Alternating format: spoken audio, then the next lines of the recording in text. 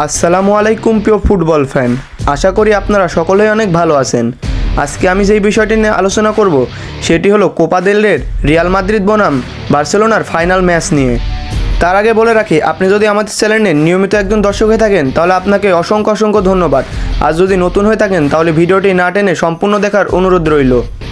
আজকে যেই Real Madrid বনাম বার্সেলোনার হাই ভোল্টেজ ফাইনাল ম্যাচটি হতে চলেছে সেটি হলো কোপা দেল রের ফাইনাল ম্যাচ। এই ম্যাচটি চিরপ্রতিদ্বন্দ্বীর ম্যাচ।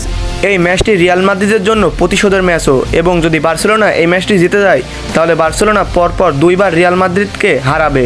কারণ এর আগে স্প্যানিশ সুপার কাপে রিয়াল মাদ্রিদকে 5-2 গোলে বড় ব্যবধানে হারিয়েছিল বার্সেলোনা। এজন্যই বলছি রিয়াল মাদ্রিদের কাছে জেতার সম্ভাবনা বেশি রয়েছে, কারণ তাদের হাতে প্রতিশোধের ম্যাচ এইটা। তবে ফর্মের দিক থেকে বার্সেলোনা রিয়াল মাদ্রিদ থেকে অনেক গুণ এগিয়ে রয়েছে, কারণ বার্সেলোনা এখন টপ ফর্মে রয়েছে, তাদের সেরা ফর্মে রয়েছে। বার্সেলোনাও জিতে যেতে পারে এই ম্যাচটি। এই ম্যাচটি কবে কখন অনুষ্ঠিত হবে এবং কিভাবে লাইভ দেখবেন সব কিছু আমি এই ভিডিওতে বলে দিচ্ছি। এই ম্যাচটি আপনারা বাংলাদেশের কোনো টিভি চ্যানেলে দেখতে পারবেন না। এই ম্যাচটি আপনারা স্ক্রিনে থাকা এই অ্যাপসটিতে দেখতে পারবেন। এই অ্যাপসটি ক্রোম ব্রাউজারে গেলেই পেয়ে যাবেন, ডাউনলোড করে সকল খেলায় দেখতে পারবেন এই অ্যাপস থেকে। তো আপনার কি মনে হয় এই দুই দলের ভিতরে কে জিতবে এই হাই ভোল্টেজ ফাইনাল ম্যাচটি? কমেন্ট করে জানাতে পারেন আপনার মতামত।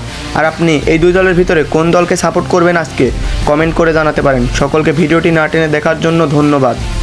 আর খেলাধুলার সকল আপডেট পেতে আমার এই চ্যানেলটি সাবস্ক্রাইব করে আমার পাশেই থাকুন। সবাইকে ধন্যবাদ। আসসালামু আলাইকুম।